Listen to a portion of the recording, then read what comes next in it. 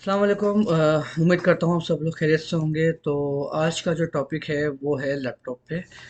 मैंने जो पिछली वीडियो बनाई थी उसमें मैंने डिटेल दी थी कि आप कंप्यूटर लेने सिस्टम लेने के लिए क्या क्या चीज़ें जो है आप इसके अंदर नोट कर सकते हैं और देख सकते हैं। उसके लिए आपको इजी रहेगा परचेसिंग करने में और क्या आपके साथ फ्रॉड हो सकता है। तो बेसिकली शॉर्ट कट में मैं आपको सब चीज़ें बताता हूँ कि तीन कैटेगरी के लैपटॉप होते हैं और तीन कैटेगरी के यूज़र होते हैं। एक यूज़र वो होता है जो घर के लिए लैपटॉप लेता है, दूसरा जो ऑफिस वर्किंग के लिए जूम मीटिंग और कॉलिंग और एक्सेल वगैरह के लिए लेता है, और तीसरा यूज़र वो होता है जो कि अपना ग्राफिकल यूज़ के लिए लेता है, वो गेमिंग में भी चल जाता है। तो आपने सबसे पहले मैं आपको बताता हूँ कि जो घर के लिए यूज़ होते हैं सिस्टम लैपटॉप्स, उनके लिए आपको मिनिमम भी जो आपको एचपी या डेल की कोई सी भी सीरीज़ ले लें उसमें कोई इतना इशू नहीं होता। बस कुछ चीज़ें ऐड कराने का आपको पता होनी चाहिए कि क्या-क्या मुझे रिक्वायरमेंट हो सकती है। आप मिनिमम भी उसके अंदर एसएसडी लगवा लें 1 टू 8 जीबी की, ताकि आपका सिस्टम जो है काफ़ी फ़ास्ट चले, और 4 जीबी रैम इनफ़ है घर के यूज़ के लिए। और आप अगर उसमें 500 जीबी या 1 टीबी हार्ड ड्राइव अपने डेटा स्टोर के लिए लगाना चाहते हैं, तो ये आपके घर का जो लैपटॉप है ये एक बेहतरीन लैपटॉप का आपका इस कॉन्फ़िगरेशन के साथ आप यूज़ कर सकते हैं।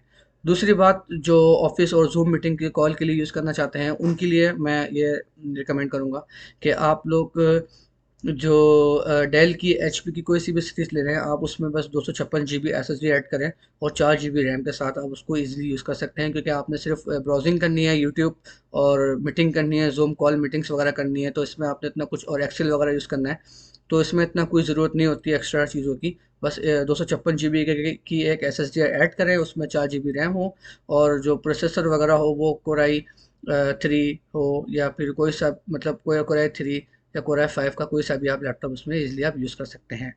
और अब आ जाते हैं सिस्टम लैपटॉप जो क्या नाम है अपना ग्राफिकल यूज़ होते हैं उनके लिए काफ़ी, गेमिंग वगैरह जो यूज़ करते हैं उनके लिए काफ़ी मुश्किल होता है, उनको नहीं पता होता कि हमें कौन सा लैपटॉप बेहतर रहेगा, कौन सी सीरीज़। तो उनके लिए मैं ये रिकमेंडेड करूँगा कि डेल की जो मशीन है XPS 13 से लेके 16 तक जो है, 16-17 तक जो है ये सीरीज़ है, ये बेहतरीन है। उसके बाद आती है HP सेक्टर X360 13 से लेके ये भी 16 तक की जो सीरीज़ है, ये वो सीरीज़ है जिनके अंदर ग्राफिक की मशीन्स हैं और काफ़ी बेहतरीन है। और एक आती है माइक्रोसॉफ्ट सरफेस बुक जो है, ये भी एक बेहतरीन है अपना ग्राफिक्स के लिए। अब इनकी कॉन्फ़िगरेशंस पे आ जाते हैं कि बेसिकली मिनिमम भी अगर आप से लैपटॉप लेना चाहते हैं उसका ग्राफिक का, तो आप उसका सबसे पहले आप प्रोसेसर मिनिमम भी आप कोराई 7 से लेके कोराई 9 तक का हो। मिनिमम जो है कोराई 7 से लेके कोराई 9 तक हो, और जनरेशन आपकी बजट पे डिपेंड करता है कि आपका बजट क्या है। तो जो जितना आपका बजट होगा उसके हिसाब से आप जनरेशन बढ़ाएं, ठीक है। और दूसरी बात, लेकिन कोराई 7 का प्रोसेसर हो मिनिमम भी। और दूसरी बात ये कि इसके अंदर जो रैम मिनिमम होनी चाहिए वो 16 जीबी से लेकर 32 जीबी तक होनी चाहिए।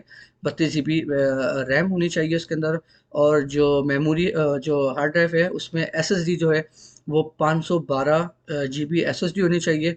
और उसके बाद जो क्या नाम है हार्ड ड्राइव है, वो मिनिमम भी 1 टीबी से लेकर 2 टीबी, जितने आपकी यूज़ है उसके हिसाब से आप उसमें ऐड कर सकते हैं।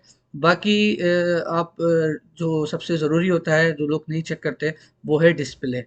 डिस्प्ले आप स्क्रीन का चेक कर लें, 190/20 से लेके 1080 का जो है डिस्प्ले, वो आप लाजमी चेक कर लें, या किसी ऐसे के साथ जाए जिसको उसके बारे में नॉलेज हो।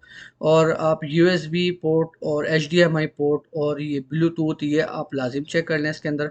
और आप ये वो चीज़ें बेसिक हैं जो कि अमूमन ज़्यादातर जो यूज़ करते हैं उनको पता होती हैं, कुछ लोगों को नहीं पता होती।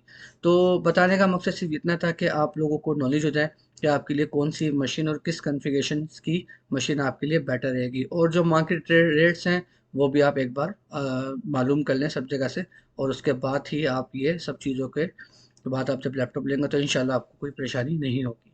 अपना ख्याल रखिएगा। अगर कोई मसला या अगर कोई और सवाल हो तो आप मुझे कमेंट्स में बता सकते हैं। अस्सलाम वालेकुम।